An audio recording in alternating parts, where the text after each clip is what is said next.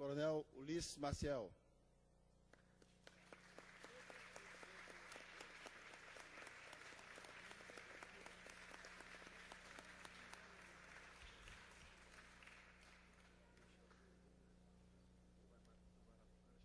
Convido a todos para ouvirem de pé o hino nacional.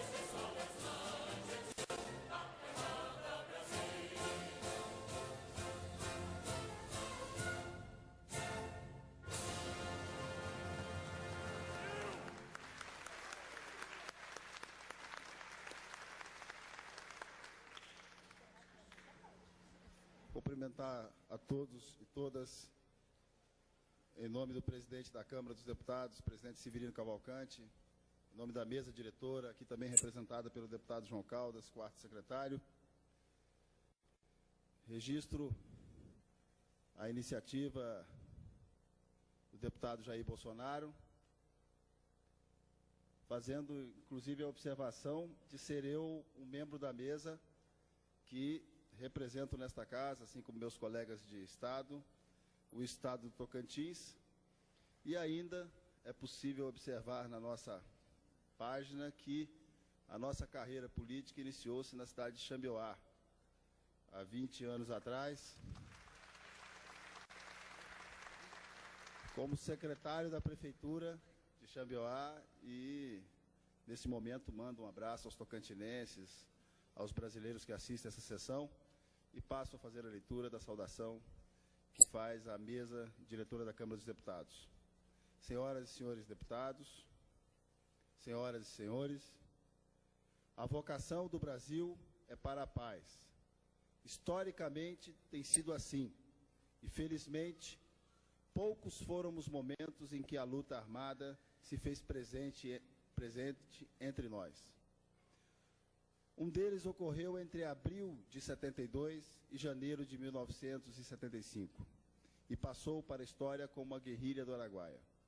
Houve naquela época uma tentativa de militantes contrários ao poder vigente de implantar aqui o regime, que naquele período histórico lhe parecia apropriado à nação. Como é comum em momentos de confrontos armados, naquela ocasião, muitas vidas foram ceifadas, de um lado e de outro. Esta sessão destina-se a homenagear os militares que perderam a vida nos combates contra os guerrilheiros do Araguaia. Desde o fim da década de 60, as Forças Armadas tiveram ciência das atividades desses militantes naquela região e de seus ideais revolucionários. Entretanto, os combates tiveram início no ano de 1972. Imbuída de um dever de justiça, a Câmara dos Deputados realiza esta sessão solene em homenagem aos militares que tombaram naquela luta. Respeitadas as divergências ideológicas que convivem em nossa sociedade democrática, trazemos o nosso reconhecimento ao valor de homens que atuaram para cumprir a missão que lhes fora confiada, lutar para a discussão da ameaça que representava uma guerrilha para a integridade da nação. Hoje, 30 anos depois, temos uma democracia forte, que abriga inclusive todos os que defendiam os interesses conflitantes do passado, numa clara demonstração de que o Brasil trabalha e vive para a paz, felizmente sem ódios nem ressentimentos. Muito obrigado. Passo nesse momento a presidência dos trabalhos ao deputado autor da sessão solene, deputado Jair Bolsonaro. Muito obrigado a todos.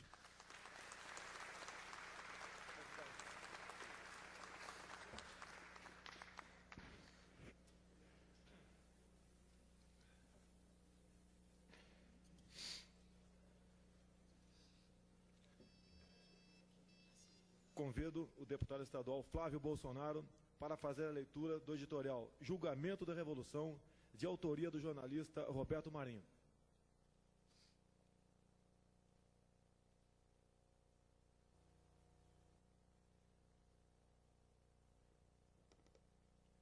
Excelentíssimo senhor presidente e autor do requerimento dessa honrosa sessão, Jair Bolsonaro, excelentíssimo deputado Eduardo Gomes, excelentíssimo deputado João Caldas, excelentíssimo senhor Coronel Lício, na pessoa de quem cumprimento os demais membros dessa mesa.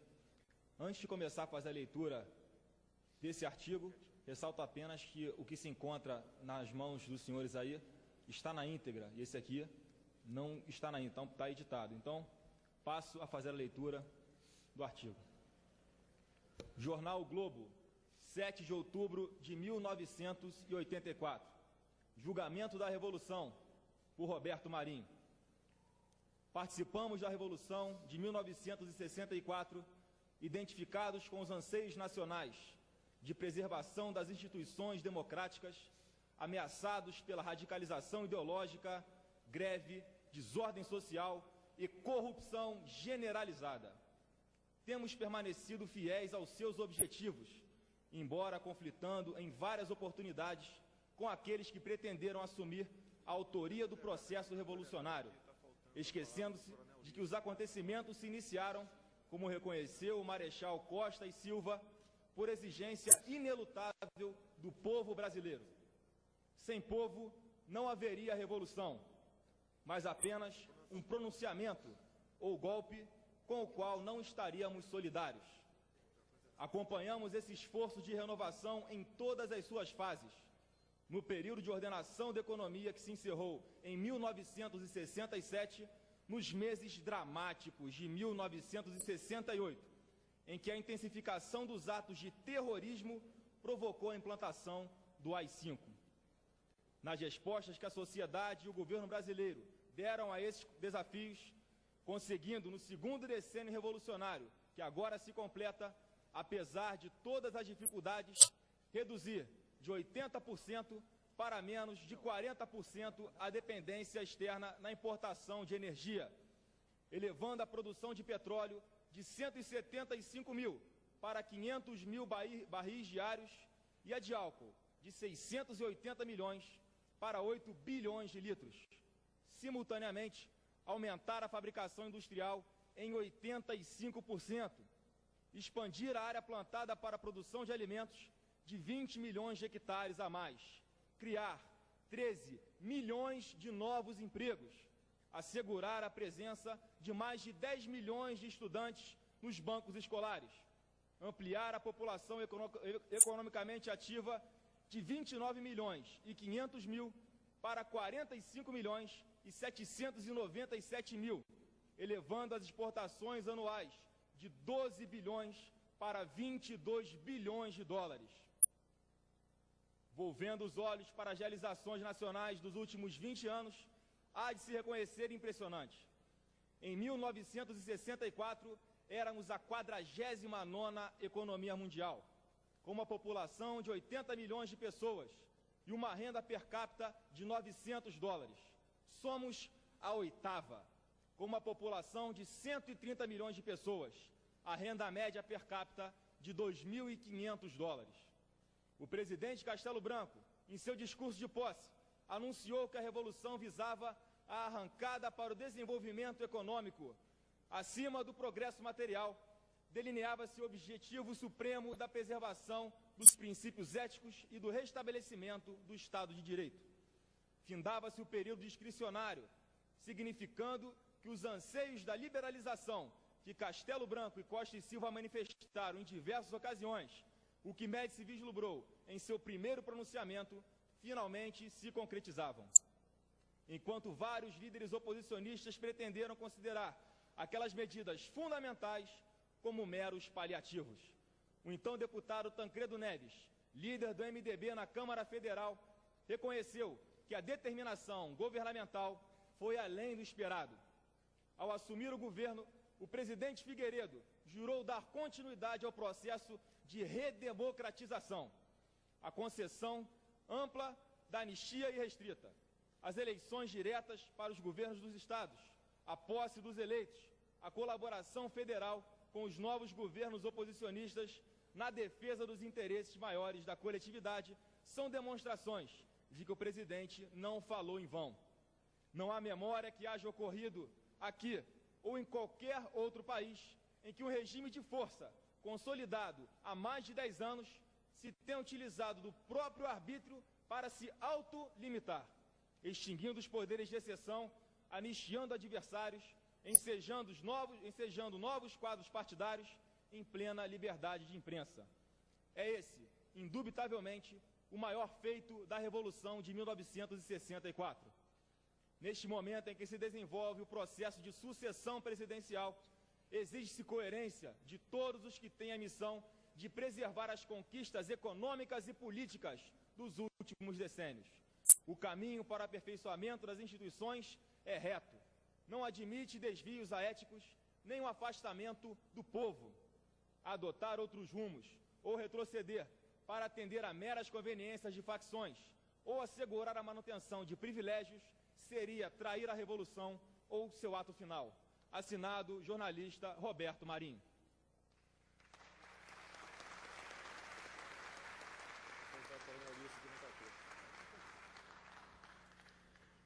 Dando prosseguimento, o ponto principal deste evento, nós ouviremos a palavra de um herói do Araguaia, o coronel Lício Augusto, que inclusive foi o autor da prisão de José Genuíno. Então, com a palavra,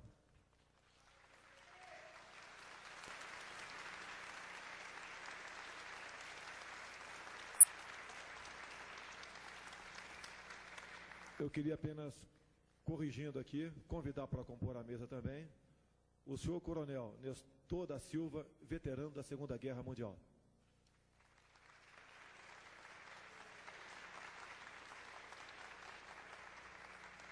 Com a palavra o Coronel Lício Maciel.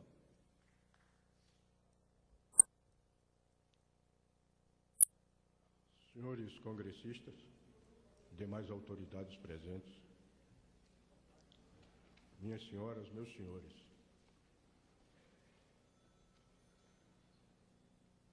não é preciso dizer da minha emoção de ter encontrado aqui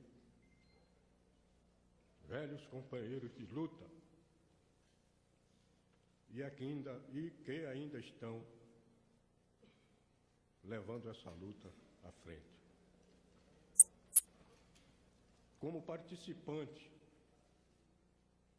dos acontecimentos que passo a relatar, eu fiz um resumo dos itens mais perguntados, apenas como itens, porque a dissertação vai ser rememorando os fatos. E para isso eu tirei os óculos, para que aqueles que eu vou citar me olhem bem no fundo dos olhos e tenham a suficiente coragem de afirmar, se for preciso, que tudo que foi dito aqui é a pura verdade. Se bem que não há necessidade, porque eles próprios já confirmaram em outras ocasiões. Então, o primeiro item selecionado se refere por que da minha escolha para a missão de descobrir o local da guerrilha, que hoje se diz Guerrilha do Araguaia. Em 1969, com a morte do terrorista Marighella, em São Paulo, nos documentos dele foram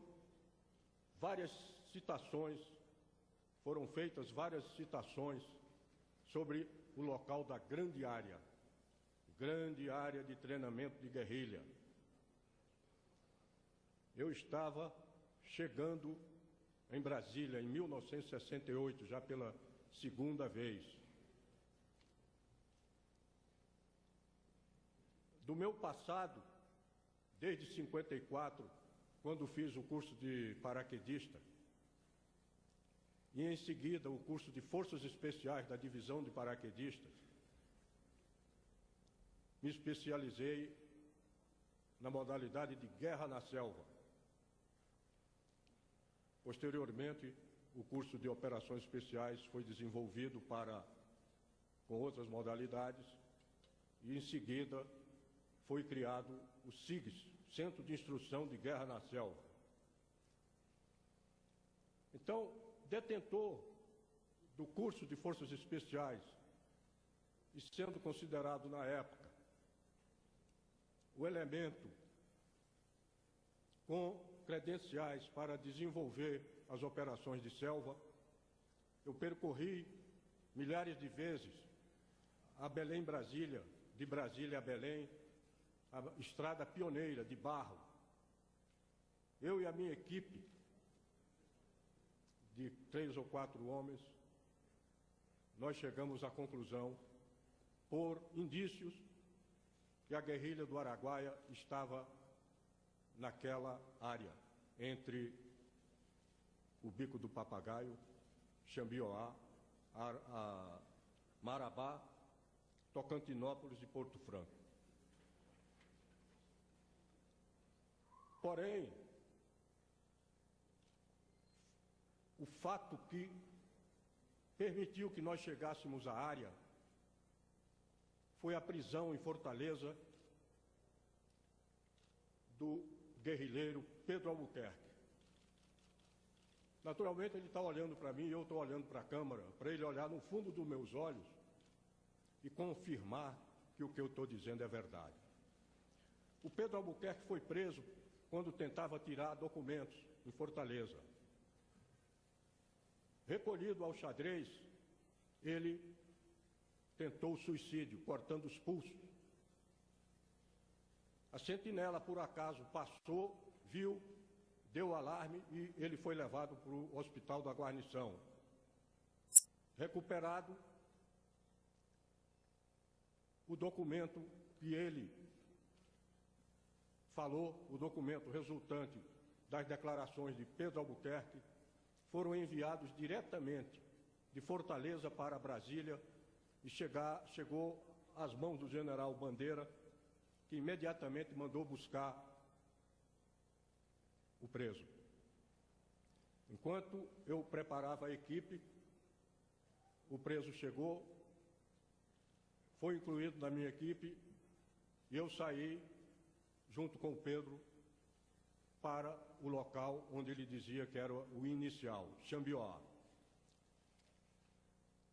Chegamos no Rio Araguaia, pegamos uma canoa grande, com motor de popa, fomos até o local de Parada Lama, que o Pedro deve estar muito lembrado dele. Era uma picada ao longo da floresta na direção no sentido do Xingu. Então nós andamos o dia inteiro, chegamos ao anoitecer na casa do último morador, com o Pedro sendo levado por nós, livre. Não estava algemado, nem amarrado, nem nada. Ele foi acompanhando a nossa equipe.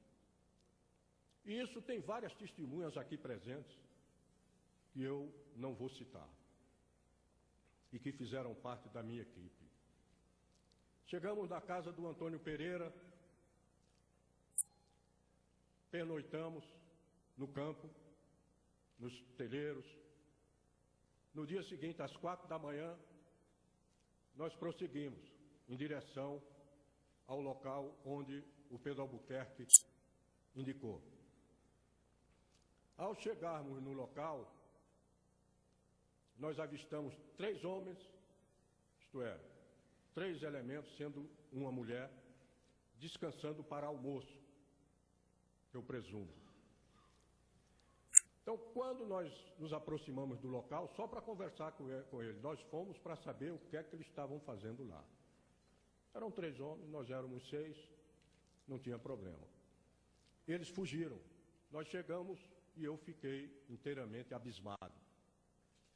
A quantidade de estoque de comida, material cirúrgico, até oficina de rádio tinha, 60 mochilas de lona costuradas no local em máquina industrial grande, que eu tive o prazer de jogar no meio do açude. E tocamos fogo em tudo e eu voltei sem fazer prisioneiro. Ora,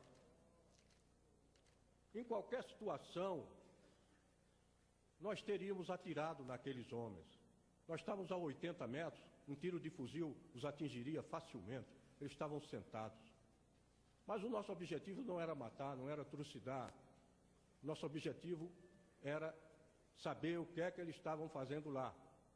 De acordo com Pedro Albuquerque, eram guerrilheiros. E eles estavam na área indicada por Pedro Albuquerque, que viu toda a operação. Bom, destruído todo o aparelho deles, metralhamos uma grande quantidade de frutas, melancia, girimum e o diabo a quatro. Tinha muita coisa. Ficamos inteiramente impressionados com a quantidade de comida que tinha lá, sacas de arroz, muita coisa, até oficina de rádio com equipamentos sofisticados existiam lá. Era uma oficina rústica, não era bancada de laboratório da cidade, era uma oficina rústica, mas que funcionava. E o gerador lá atrás funcionava também. Então, nós voltamos, deixamos o pessoal fugir, claro, e o Pedro Albuquerque retornou com 2 companheiros nossos e foi recolhido ao xadrez de Xambioá. E nós continuamos na missão. Como os 3 elementos que fugiram avisaram para o resto do grupo, que era o destacamento C, mais ao sul, em frente a São Geraldo do Araguaia. Nós já chegamos lá com eles fugindo, muito carregados, com muita carga, até violão tinha. Eles estavam se retirando, o destacamento C do Antônio da Dina, e era o destacamento do Pedro Albuquerque. O Pedro Albuquerque nos levou até o destacamento C, onde ele tinha estado. E ele fugiu, Pedro Albuquerque, porque os bandidos tinham exigido que ele fizesse o aborto, porque a mulher dele estava grávida. Eles não se conformaram com a ordem, principalmente porque outra guerrilheira grávida tinha sido mandada para São Paulo para ter o filho nas mordomias de São Paulo. Apenas ela era uma guerrilheira casada com o filho do chefe militar da guerrilha, que era Maurício Grabois. E eles obrigaram a sua mulher a fazer o aborto. Bom, nós estávamos perseguindo esse grupo e estávamos avançando. Embora chovesse bastante, nós estávamos nos aproximando. Eles resolveram soltar a carga que estavam levando, e o guia, morador da área, me disse: agora nós não vamos pegar eles, que eles estão fugindo para a Gameleira. E nós demos uma meia parada nessa destruição do equipamento deles. Quando pressentimos a vinda de alguém na trilha, nós estávamos andando através mata e esse elemento vinha pela trilha. Nós nos agachamos e nisso vem aquele elemento forte, chapéu de couro, mochila nas costas, facão na cintura. Então, quando ele chegou no meio do nosso grupo, eu dei a ordem: prenda esse cara. Não sei, não posso me lembrar se foi o Cid ou se foi o Cabo Marra que pegou o Genuíno. Esse elemento era o Geraldo, posteriormente identificado com Genuíno, que naturalmente está me olhando, e eu tirei o óculos justamente para ele me reconhecer. Porque a minha cara ninguém esquece, principalmente com aquela cara que eu estava na mata. Depois de vários dias passando fome, sede, sujo, cheio de barba, mas é a mesma cara, é o mesmo olhar. Na hora que eu encarei ele, disse: seu mentiroso, confesse que você não tem mais alternativa. Bom, por que eu descobri que o Genuíno era guerrilheiro? Ele se dizia Geraldo e se dizia morador da área. Claro, elemento na área, suspeito, eu mandei deter. Mesmo algemado e com tudo nas costas, uma mochila pesada, grande, ele fugiu. O Cabo Marra deu 3 tiros de advertência. Ele parou, mas não parou por causa da advertência. Ele parou porque se emaranhou no cipoal, o pessoal foi pegar ele. Então eu perguntei: por que você está fugindo? Nós apenas estamos querendo conversar com você e para você não fugir, vamos ter que algemá-lo. Então, eu sou morador e tal. Então deixei o pessoal especializado em inquirição conversando com o Genuíno, com o Geraldo. O pessoal, inclusive tem um companheiro aqui presente, o Cid, conversou bastante tempo com o Genuíno e veio para mim e disse: comandante, não tem nada não. Tá bom. Como eu já estava há muito tempo no mato, eu já tinha resolvido intimamente levar o Genuíno preso para Xambioá. Mas não falei que essa era a minha determinação. Peguei a mochila dele, porque eu tinha um elemento na minha equipe que era especialista em falar com o pessoal da área, já falecido, um elemento excepcionalmente bom, que eu rendo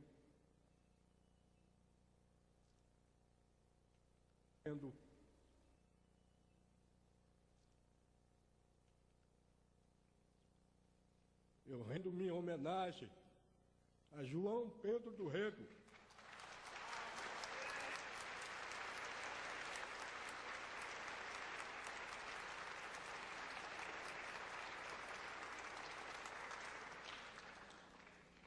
O João, apelidado por nós, J. Peter, João Pedro, ou Javali Solitário, onde ele esteja, estará escutando. O João Pedro era o homem. Muito obrigado. Não vou beber, não. Obrigado. Era um homem que falava com o matuto, o pessoal da área, porque eu, na minha linguagem de urbana, eu não era entendido, nem entendia o que eles falavam. O Javali veio para mim e disse, ele não tem nada, é morador da área, e falou o resto que ele tinha falado. Eu, como homem de selva, peguei a mochila do Geraldo e comecei a abrir, tirei pullover, rede, tirei um bocado de bagulho da mochila do Geraldo, quando encontrei um tubo de remédio no fundo da mochila. Ao pegar no remédio, naquele tubo, e olhar para o Genuíno, ele estava lívido, pálido. E eu ainda disse, companheiro, fica tranquilo que nós não vamos fazer nada com você. Você é morador da área. E abri o tubo, encontrei material típico de sobrevivência, linha de pesca fina, anzóis, tipicamente material de sobrevivência. Como eu tinha feito no curso e só sabia teoricamente, aquele exemplo prático,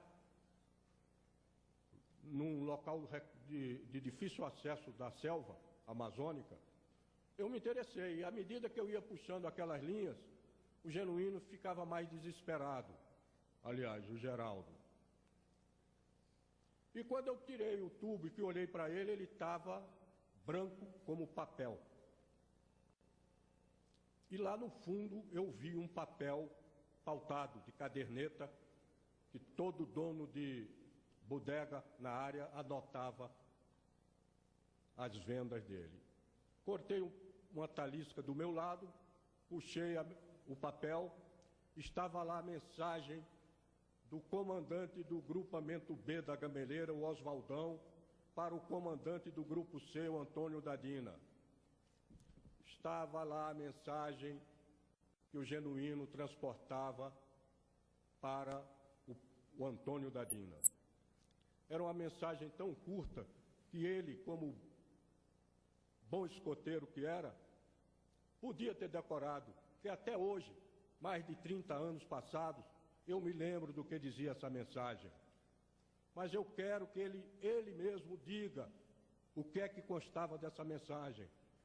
Era uma dúzia de palavras em linguajar militar, de próprio punho do Oswaldão, que era o comandante do grupo B da Gameleira, o grupo mais perigoso da guerrilha, que no desenrolar das lutas nós constatamos. Foi o grupo que matou o primeiro militar na área. Antes de qualquer pessoa morrer, o grupo do Oswaldão matou o Cabo Rosa, Odílio Cruz Rosa. E depois desse Odílio Cruz Rosa ser morto, eles mataram mais 2 sargentos e fizeram muito mal aos militares que nada sabiam de nada até então. Só quem sabia era o pessoal de informações, porque eu era da área de informações, embora eu operasse a paisano. Então, o Genuíno foi mandado para Xambioá, preso. Aí, a essa altura, ele já deixou de ser detido para ser preso. E falou tudo sobre a área. Quando eu olhei para ele e disse, você não tem mais alternativa porque aqui está a mensagem. Ele disse, eu falo. Eu digo, é bom você falar. Genuíno, olha no meu olho, você está me vendo. Eu te prendi na mata e não toquei num fio de cabelo seu. Não te demos uma facãozada, não te demos uma bolacha. Coisa que eu me arrependo hoje.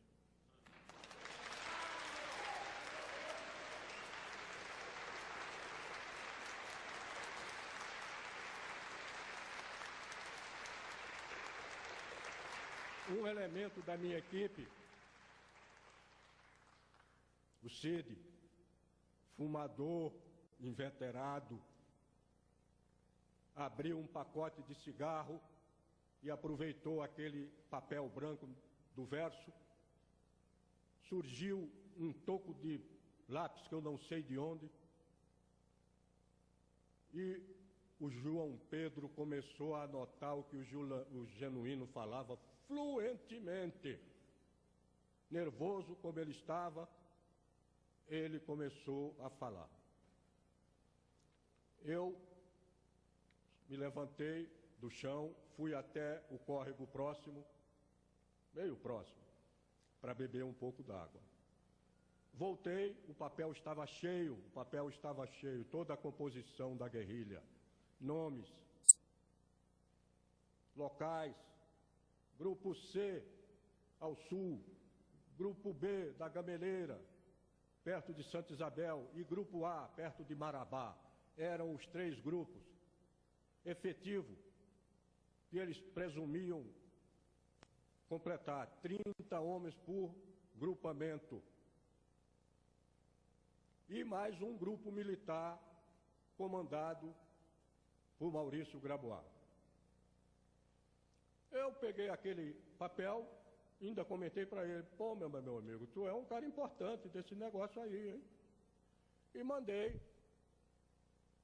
o Geraldo para Xambioá. Ele foi recolhido ao xadrez, posteriormente enviado para Brasília.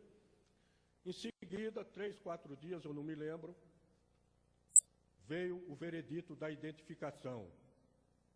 O guerrilheiro Geraldo é o José Genuíno Neto, presente em frente ao vídeo, olhando para os meus olhos. Eu sempre tive esse olho arregalado, não foi só lá na mata, não. Meu olho sempre foi arregalado, principalmente em combate. Bom, triste notícia veio depois,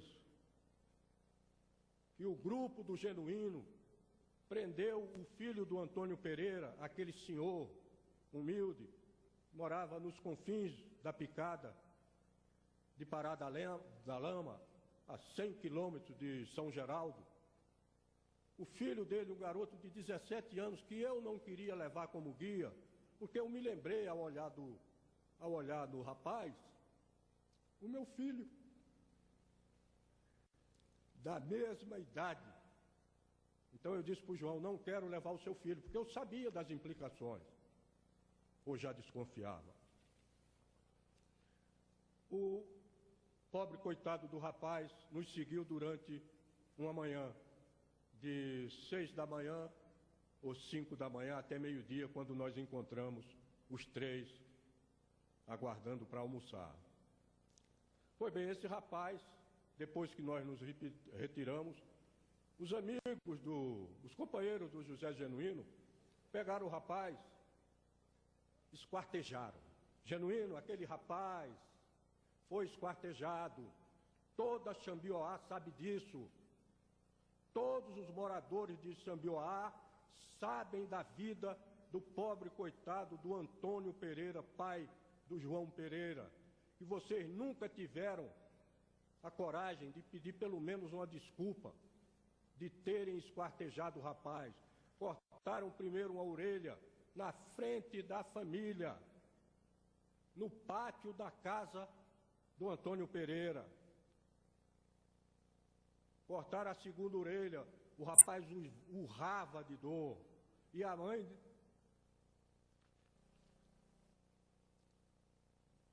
mãe desmaiou. Eles continuaram, cortaram os dedos, cortaram as mãos e no final deram a facada que matou o João Pereira. Esse relatório está escrito no CIE, porque foi escrito por mim, e eles não abrem para os historiadores com medo que isso apareça. Pois bem, eles fizeram isso porque o rapaz nos acompanhou durante 6 horas, para servir de exemplo para os outros moradores, para não terem contato com o pessoal do Exército, das Forças Armadas. Foi o crime mais hediondo que eu soube. Nem na Guerra da Coreia e Vietnã fizeram isso. Coisa parecida eu só encontrei quando trucidaram o tenente Alberto Mendes Júnior. O tenente se apresentou voluntariamente para substituir 2 companheiros que estavam feridos, e a turma do Lamarca pegou o rapaz, trucidou, castrou e obrigou ele a engolir os órgãos genitais. Então, o tenente Alberto Mendes Júnior foi feito isso. Mas o crime contra o João Pereira foi muito mais grave, muito mais horrendo. E eles sabem disso. Peçam desculpa para o Antônio Pereira, se ele estiver vivo. Tenham a coragem de reconhecer que toda Xambioá sabe disso. Bom, Genuíno preso, identificado, a guerrilha prossegue. Depois de matar o João Pereira, eles mataram o Cabo Rosa, Odílio Cruz Rosa. Depois do Rosa, eles mataram 2 sargentos. Depois dos 2 sargentos, eles atiraram no tenente Álvaro, que deve contar a história. Como eu estou contando a história aqui, Álvaro? Conte a sua história. Na minha versão, o Álvaro deu voz de prisão para um bandido, eles atiraram, o outro que estava do lado ou atrás, atirou nas costas do Álvaro, arrancando-lhe a omoplata. Então, depois desse ferido, houve vários feridos e, finalmente, eu fui ferido e tive que sair da área. Porém, antes, as tropas do Exército saíram da área, vendo que era um movimento mais grave, mais planejado em Cuba, planejado com as mentes que nós todos estamos vendo aí, como é que funciona uma mente de um comunista. O comunista tranquilo, sem arma na mão, tudo bem, é o que ele pensa, a nossa democracia permite isso. Mas aquele que pega em arma tem que ser trucidado. Um homem que entra numa mata para combater em nome de um regime de Fidel Castro, esse cara tem que ser morto.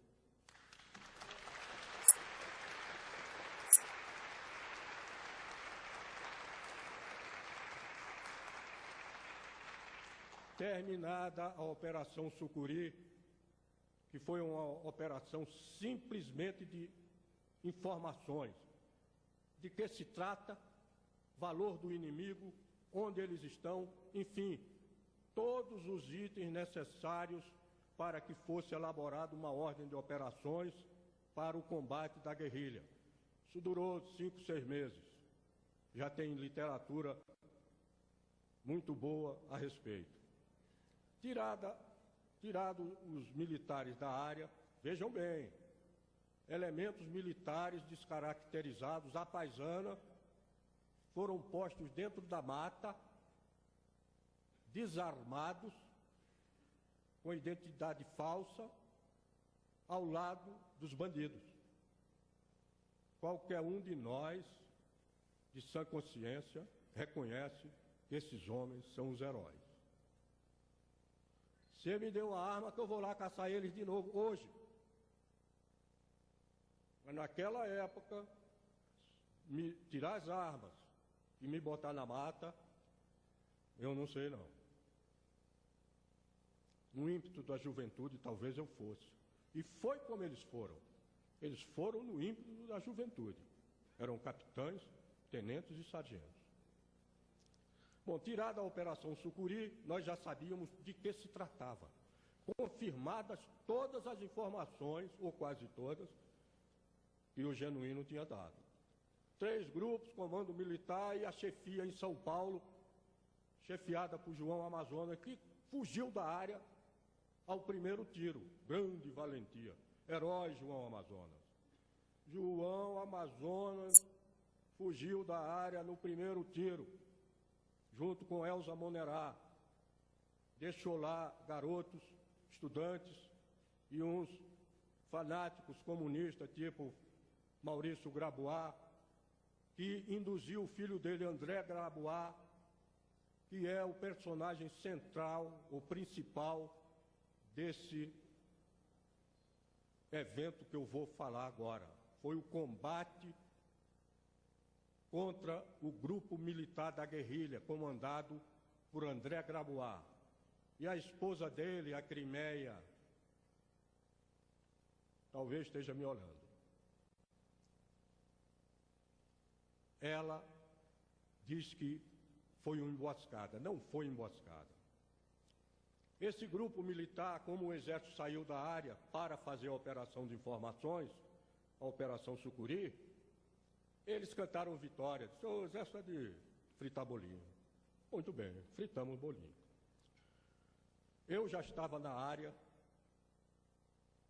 e recebi a seguinte ordem: vá à região de São Domingos a pé, porque de viatura não chega lá. Eles destruíram uma ponte na Transamazônica. Eu peguei a minha equipe e fui para São Domingos. Atravessei o rio sem a ponte destruída, atravessei a Val.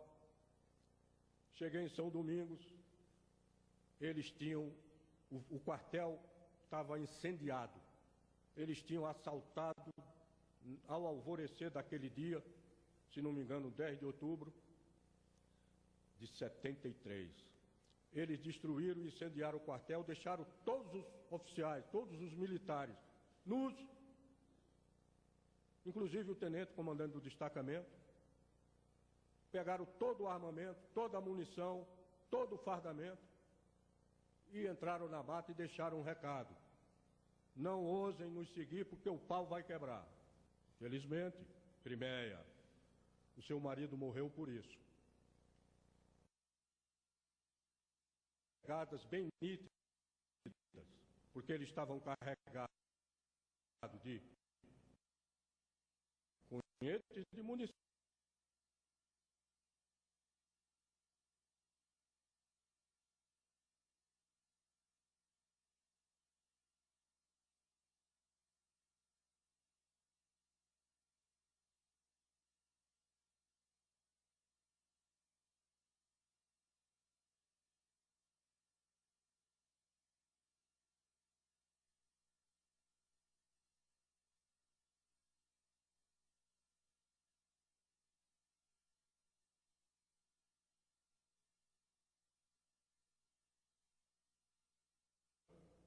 Ainda perguntei: será que nós vamos encontrar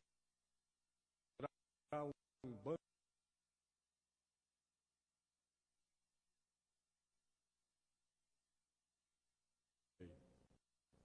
Me levantei, quase que encostei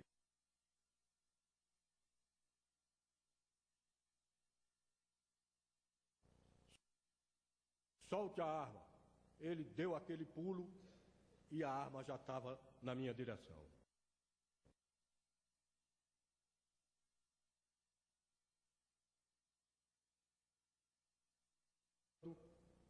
Acertaram o André.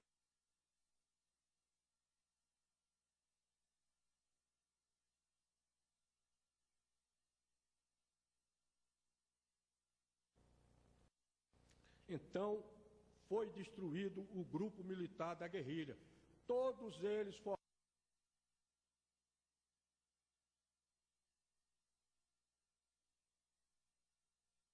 Todos eles, que eu não me lembro o nome, mas vou citar alguns. O André Grabois, o pai, Maurício Grabois, tinha mandado ele fazer curso em Cuba. O Calastrone também, o Nunes. E o João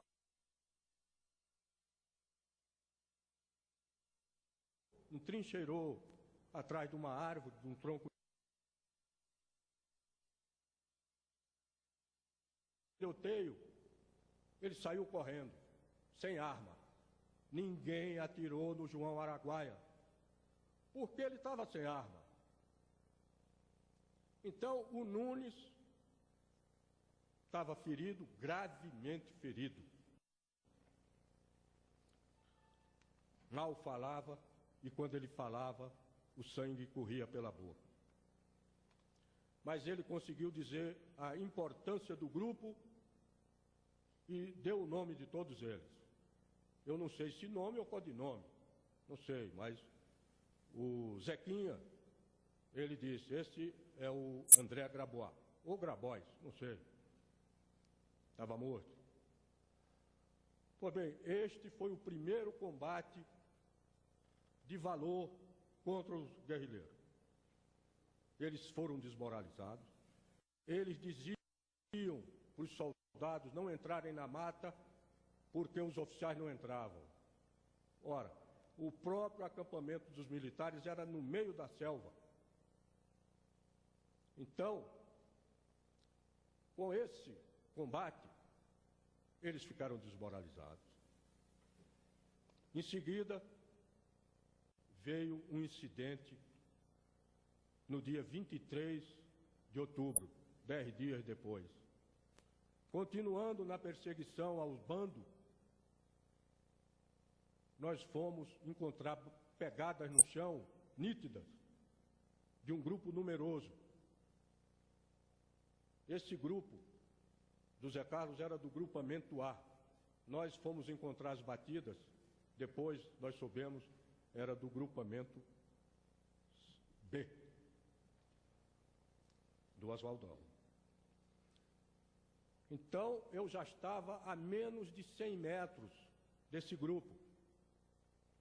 O guia já estava saindo para a retaguarda, porque o guia era morador. Ele não tinha nada com a guerra. Ele estava lá auxiliando o exército a pegar os paulistas, como eles chamavam os guerrilheiros.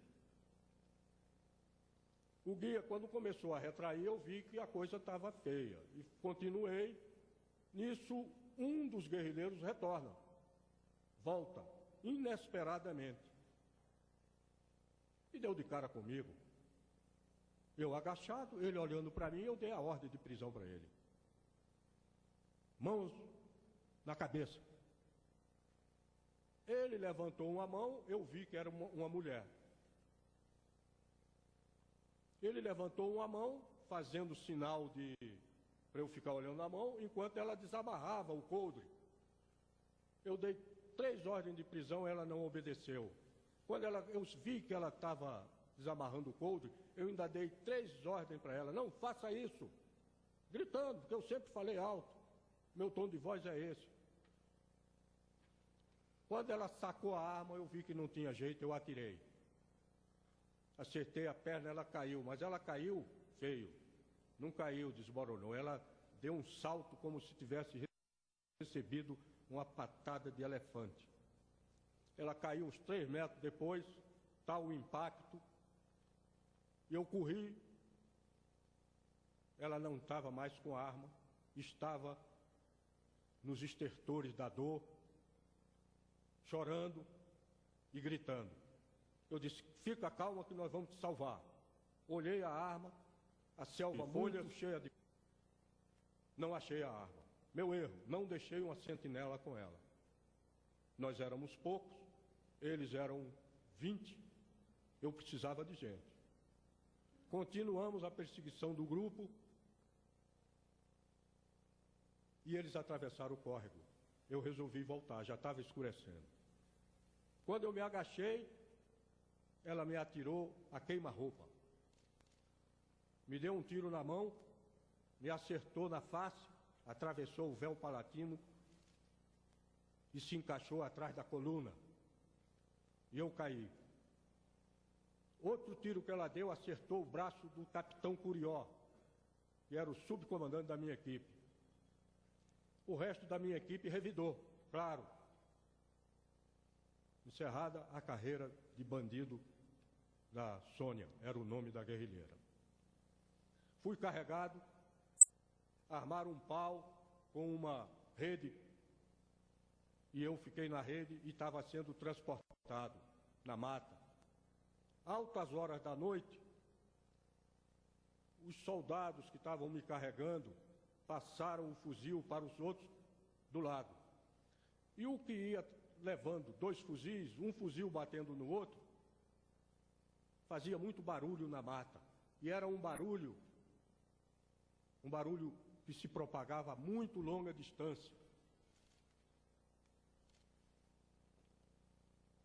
Eles armaram uma emboscada, teria sido o fim.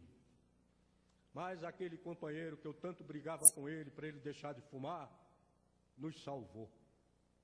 Ele que assumiu o comando da equipe, ele pediu para parar, para dar uma pitada. Isso a uns 50 metros da emboscada. Parou e ficou aquele silêncio. Eu fui estendido no chão, dentro da rede, sangrava muito e ainda quase desacordado. Eles viram que nós tínhamos, quer dizer, eles pressentiram, eles acharam que nós tínhamos pressentido a emboscada e aqueles valentes guerrilheiros fugiram. Claro, eles tinham matado todos nós, não tenha dúvida. Nós estávamos completamente sem atenção. Nós estávamos levando, a minha equipe estava levando o comandante da equipe, quase morto, levando para o primeiro local onde a ambulância poderia alcançar. Foi a localidade de São José.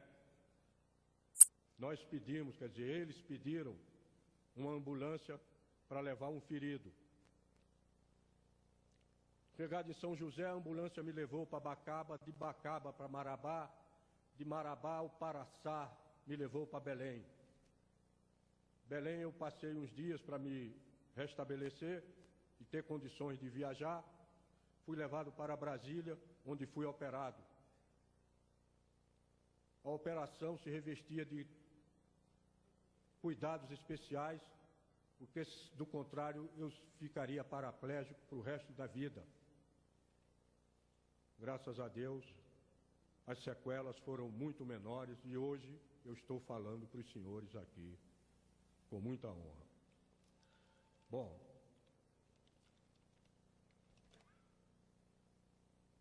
conclusões, é o último item. É muito difícil a gente falar em conclusões. Conclusões de uma luta de 4 anos. Eu vou citar apenas 2 itens dessas minhas conclusões. E me permitam ler, e por isso que eu botei os óculos. Que não há mais necessidade dos bandidos me olharem no fundo do olho, porque inclusive eu estou a qualquer hora à disposição deles. Quem quiser confirmar comigo, já sabe, eu tenho endereço na internet, meu endereço está em todo canto, vai lá. eu terei muita satisfação em olhar no fundo do olho deles e repetir tudo isso que eu estou dizendo para os senhores. Nada temos a esconder. Então, primeira conclusão, eu tenho muito orgulho de ter participado desta luta, por ter agido positivamente para evitar que os guerrilheiros do PCdoB implantassem no Brasil um regime comunista igual ao de Cuba, com paredão e tudo. E esse risco não acabou. Na segunda conclusão, além de prestar homenagem às bravas esposas dos militares, tanto daquela época como atual, eu quero estender também aos membros da minha valorosa equipe a honra de que estou sendo alvo presentemente. Muito obrigado.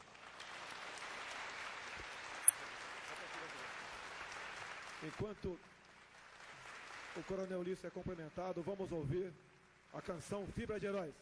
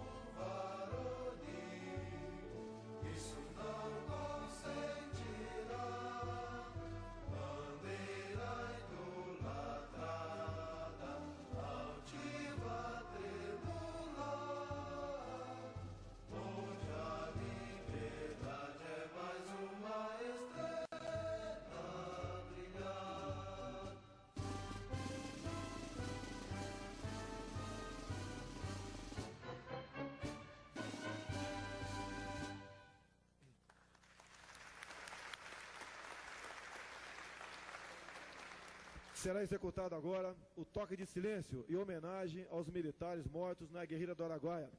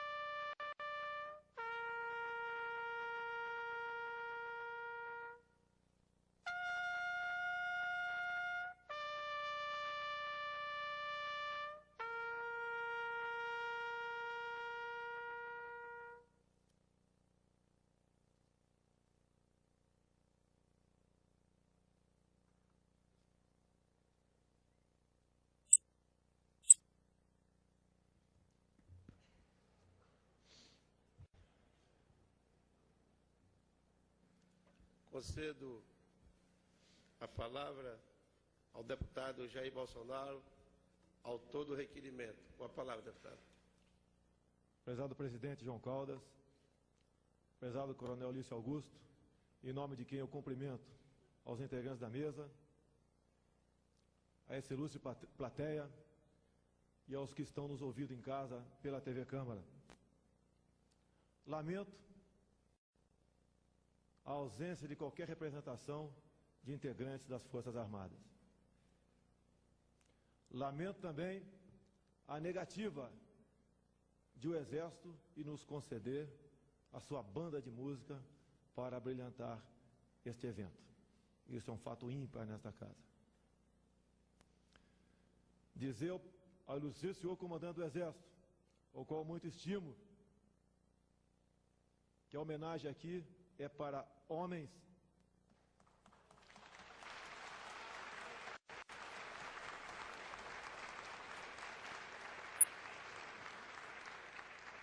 não estamos dando medalhas a ministros guerrilheiros ou àqueles que achincalham e debocham de nossas esposas, dizendo que elas deviam trabalhar.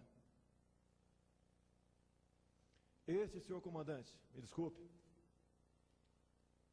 que Vossa Excelência tanto reverencia, são muitos ex-guerrilheiros do Araguaia. São aqueles que não pensarão duas vezes antes de apunhalá-lo pelas costas, ou a submetê-lo a um vexame maior, como fizeram com Vossa Excelência por ocasião da nota retificadora do Vladimir Herzog. Estes homens que estão aqui hoje jamais o abandonarão. Este é o seu exército.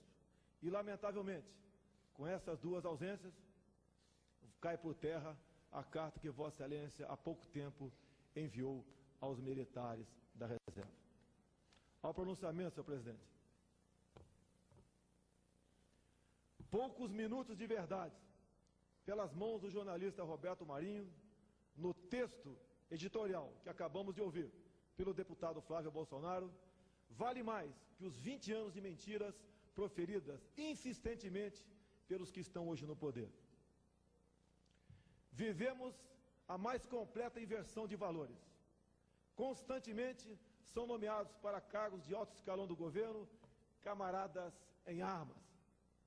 Estes mesmos que querem desarmar o cidadão de bem. São ex-assaltantes, terroristas, sequestradores e outros tipos de criminosos, que consideram suas atuações legítimas com frágeis justificativas, como, por exemplo, o fato de ser assaltada amante de alguém desonesto. Assaltos a bancos, sequestro de autoridades estrangeiras, extorsões, roubos, execuções estavam entre as atividades preferidas do grupo que dizia lutar por democracia.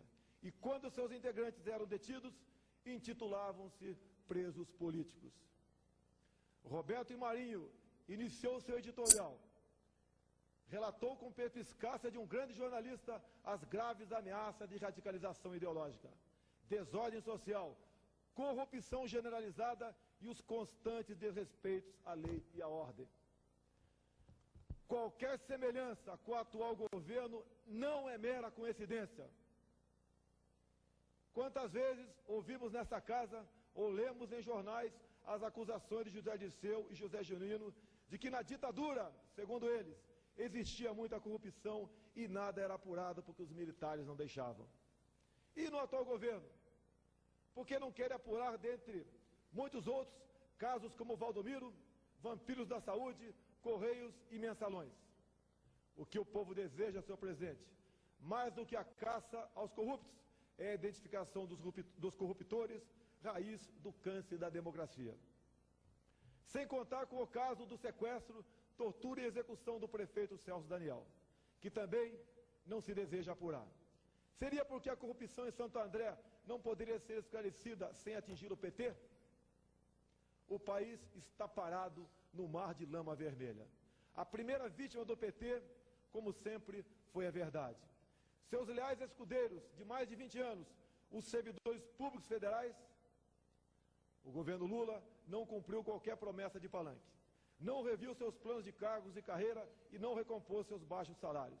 e quando, forçado por dispositivo constitucional, os humilhou com pífio reajuste de 0,1%. Que se abram os arquivos do regime militar, mas sem qualquer censura. Admitir que José Dirceu decida o que pode e o que não pode ser levado ao conhecimento público é um deboche. Não adianta o diretor-geral da BIM, Mauro Marcelo, querer desqualificar parte desses arquivos e, dessa forma, censurando-o sob o argumento de que tratam da intimidade daqueles que, com atos terroristas, envergonharam o Brasil. Os nomes e o ato dos estupradores também têm que vir a público. Não admitimos o sigilo de nada nesses arquivos. Hoje, os pusilânimes estão no poder. A corrupção é o combustível do seu regime. Quando alguém vai ao açougue é para comprar carne, numa padaria para comprar pão, e no Congresso é para comprar votos e consciências. O mensalão é o símbolo do corruptor. Só quem vota incondicionalmente com este governo está na lista de suspeitos dos atos que atualmente envergonham o povo brasileiro aqui e no exterior.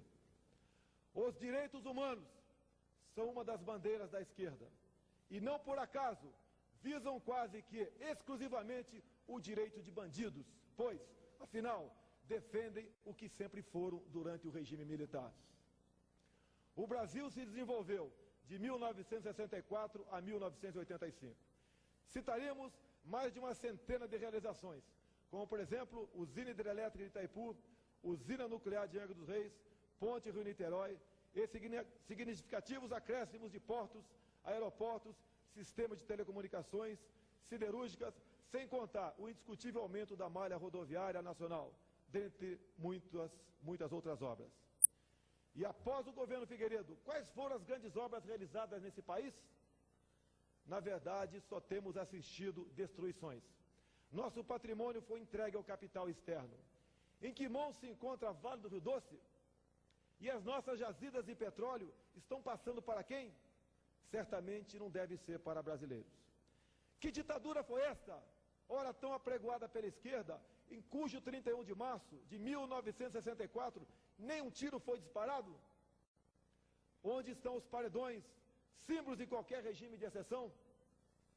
Em Cuba, país de refúgio de atuais ilustres governistas, foram fuzilados, entre pensadores, jornalistas e oposicionistas de Fidel Castro, mais de 70 mil pessoas. Quantos foram fuzilados no Brasil? Vamos dar um basta às mentiras dos que nos acusam injustamente.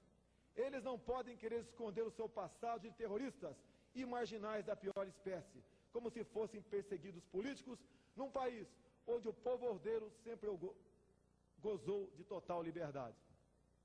Nós, brasileiros, repugnamos qualquer ditadura, assim como não aceitamos governo fraco ou amaziado com a corrupção. Precisamos urgentemente de um presidente com autoridade e responsabilidade na condução dos destinos do nosso país.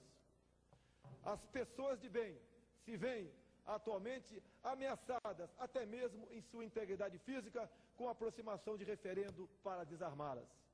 Os vagabundos são gratos a todos aqueles que fazem campanha pelo desarmamento.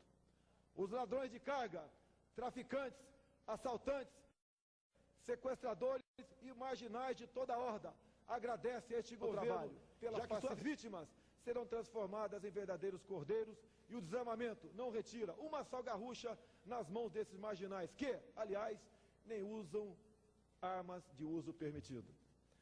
O MST agradece ao governo o Estatuto do Desarmamento, que lhes facilitará futuras invasões de terras. O MS-Teto também rende suas homenagens ao ministro da Justiça pelo incentivo a invasões de prédios. Os movimentos do sem isto ou sem aquilo acabarão tomando conta do que julgar que for de sua propriedade. Afinal, propriedade particular existe no dicionário cubano ou dos comunistas? A retaliação imposta aos integrantes das Forças Armadas não pode passar desapercebida pelos brasileiros. Estes, antes mesmo do Estatuto, já foram desarmados. Os militares assistem o seu chefe supremo, Luiz Inácio Lula da Silva, não cumprir com a sua promessa de recomposição salarial para o primeiro trimestre deste ano. Um sargento que mente não é promovido ao oficialato. Um coronel mentiroso não atinge o generalato. Mas o chefe supremo das Forças Armadas, sem palavra, ainda fala em reeleição. Um recruta das Forças Armadas, geralmente filho desempregado, de humilde trabalhador ou ainda de pai não declarado, além de sequer ter alimentação continuada, percebe mensalmente, a título de remuneração, brutos R$ 168. As autoridades constituídas não podem continuar se prevalecendo da disciplina dos militares para subjugá-los. Não há vergonha maior para qualquer militar de fibra do que assistir suas esposas irem às ruas reivindicar o cumprimento da palavra por parte do mandatário maior do seu país. A carreira militar, costumo dizer, tem tantos privilégios que nela não encontramos um só filho de ministro, senador, deputado, prefeito, governador, desembargador, juiz ou empresário. As evasões de oficiais e praças das Forças Armadas nos últimos 5 anos são assustadoras. Lamentavelmente, 679 oficiais e mais de 1.000 subtenentes e sargentos, mão de obra altamente qualificada, foram buscar dignidade e respeito para suas famílias na iniciativa privada ou em concursos públicos. Dados do próprio Ministério de Orçamento e Gestão comprovam que os militares ganham de 3 a 4 vezes menos do que os integrantes das demais carreiras típicas de Estado. Este governo não respeita ninguém em nosso país. Os militares não podem dever obediência cega a um cego de princípios. Chegamos ao absurdo de buscarmos, via CPI, a aplicação dos valores subtraídos dos militares para tratamento de sua saúde. Os recursos do Fundo de Saúde, da Marinha, do Exército e da Aeronáutica estão sendo contingenciados na ordem de 75%. Buscamos, há anos, a criação de fundações de saúde específica para cada força.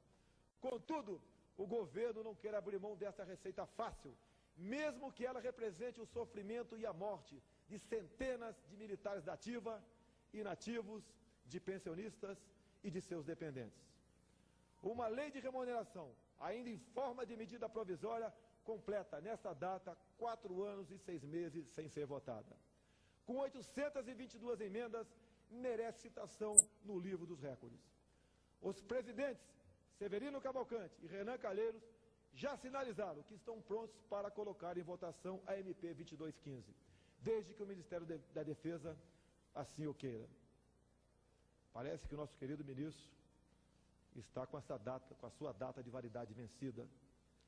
Entendo que, a exemplo dos funcionários da Rede Ferroviária Federal, que por 2 semanas trabalharam nessa casa para a rejeição das MPs que extinguiam aquela empresa, os militares da ativa deveriam ter comportamento idêntico, buscando o Congresso para a rejeição da MP da Lei de Remuneração dos Militares. Ou, no mínimo, obtivessem a justa transição para todos os direitos que lhes foram subtraídos de forma covarde. O que a Marinha, o Exército e a Aeronáutica escreveram nas páginas da nossa história só nos orgulha. Quanto ao presente, no entanto, nos causa muita apreensão, dado a passividade das autoridades militares e pela completa incapacidade de cumprir com o seu papel constitucional. Seu desaparelhamento, beirando ao sucateamento, aliado à desmotivação de seus integrantes, além de interessar ao atual governo revanchista, atende aos interesses de países do primeiro mundo que, há muito, se articulam pela internacionalização da rica e cobiçada Amazônia. Aos amigos das Forças Armadas e das Polícias Militares, na pessoa do coronel Lício Maciel, que bravamente lutaram no Araguaia, nosso reconhecimento e agradecimento. Aos militares que morreram, nossa homenagem. Os senhores, a exemplo dos ex-combatentes da Segunda Guerra Mundial, combateram o bom combate. Na Itália, livraram o mundo do nazifascismo. No Araguaia, livraram o Brasil do comunismo.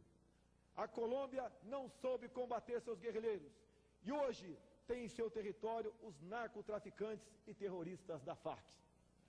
Coronel Lício, hoje devemos ao senhor e aos combatentes do Araguaia o fato de não termos no coração do país uma Forças Armadas Revolucionárias Brasileira. O seu exemplo e o dos seus companheiros combatentes do Araguaia certamente arrastarão os verdadeiros patriotas de hoje para, mais uma vez, impedir que se implante no Brasil, pelo golpismo, uma ditadura sangrenta. Muito obrigado.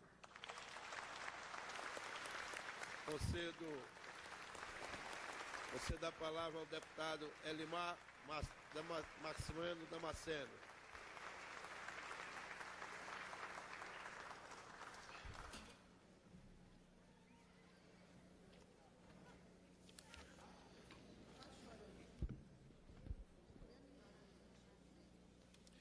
Senhor presidente, nobres, honrados e admirados membros componentes da mesa, senhoras e senhores deputados, demais autoridades presentes, minhas senhoras, meus senhores.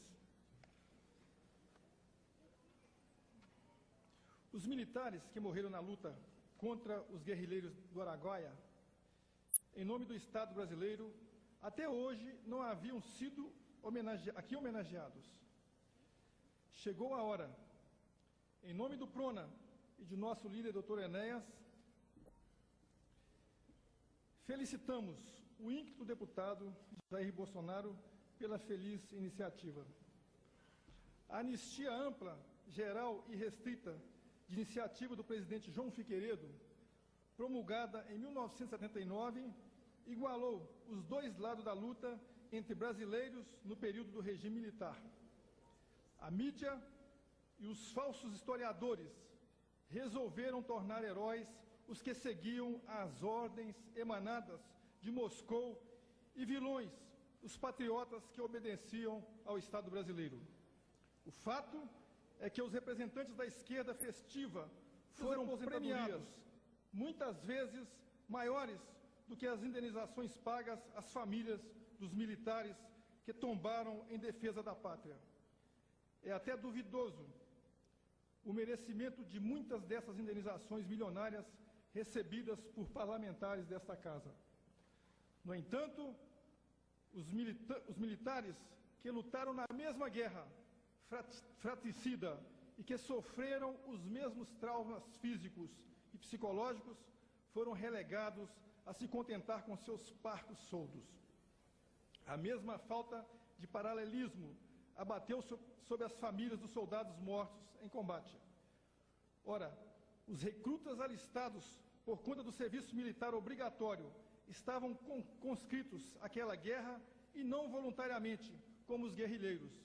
Além do mais, a anistia, que significa esquecimento, nos convida a olvidar as diferenças de mérito entre os dois lados da luta. Sendo assim, são muitos os dispostos a defender o pedido dos militares ou de suas famílias por compensações semelhantes às oferecidas aos terroristas. Tais compensações seriam a única forma de homenagear de forma concreta os caídos na luta. Essa opinião é tão disseminada que deveria dispensar a citação da opinião de autoridades. No entanto, frente à cegueira seletiva do atual governo, citamos pelo menos 3 opiniões de peso. A primeira vem do presidente da Comissão Nacional de Direitos Humanos da Ordem dos Advogados do Brasil, a OAB, Edísio Simões Souto, para quem o Estado já deveria ter tomado a iniciativa de indenizar os ex-recrutas que atuaram no combate da guerrilha do Araguaia. Uma segunda autoridade a defender os militares é o ex-presidente da Comissão de Mortos e Desaparecidos Políticos do Ministério da Justiça, João Pinot. Segundo ele, os ex-recrutas teriam direito à indenização, embora não reconheça tal direito para os oficiais.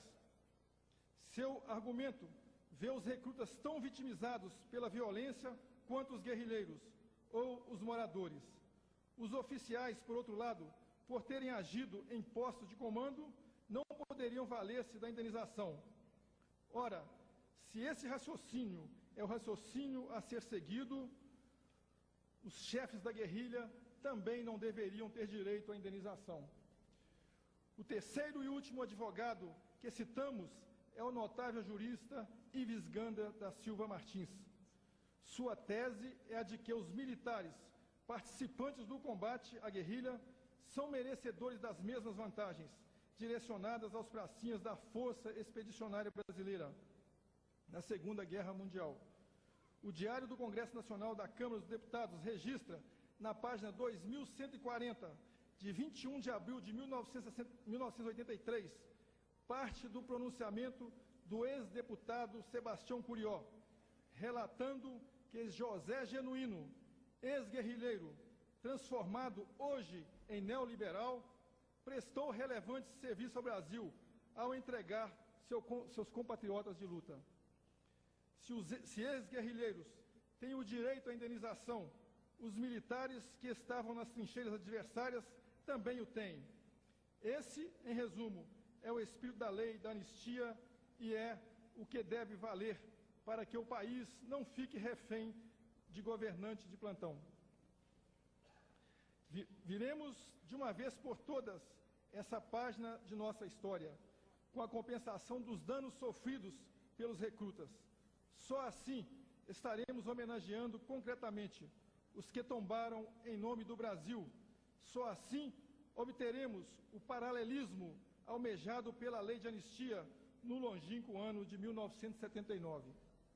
Este é o desejo de toda a família militar, em especial ao grupo Terrorismo Nunca Mais, Ternuma, a quem rendemos nossas homenagens. Temos certeza... Obrigado.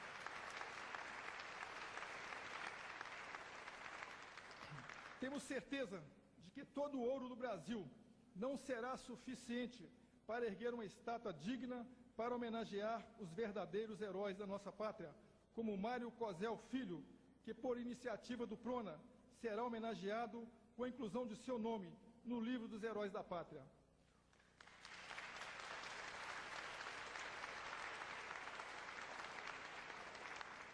O compromisso do Prona, em nome do nosso líder, Dr. Enéas Carneiro, é o de perpetuar a glória aos heróis que tombaram em defesa do país. Encerramos, senhor presidente, relembrando o poema de Guerra Peixe, hoje uma linda canção militar que ouvimos anteriormente, Fibra de Herói.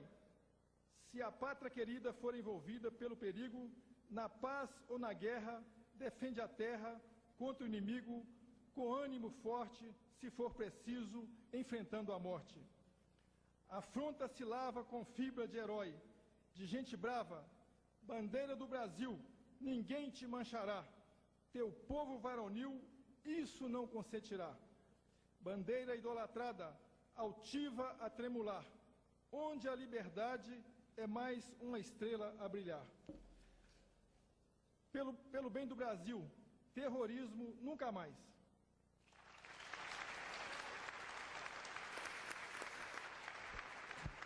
Senhor presidente, eu gostaria de dizer ao deputado Justo Bolsonaro que nós estamos com um projeto que será entregue essa semana, que insere o nome do militar Mário Cosel Filho no livro dos heróis da pátria, que se encontra no Panteão da Liberdade e da Democracia. Muito obrigado.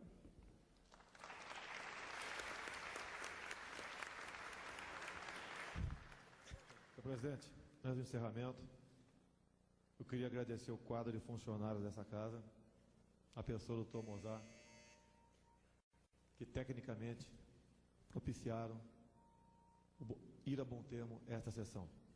E também convidar os presentes, os que nos assistem na TV Câmara, a participar no próximo domingo agora, no Eixo Norte, de uma marcha cívica, que iniciará às 9 da manhã. O convite é extensivo a civis e militares. Afinal de contas, Forças Armadas e povo sempre estiveram unidos. Meus parabéns a todos, parabéns ao Coronel Lício. E a luta continua, meu coronel. Felicidades.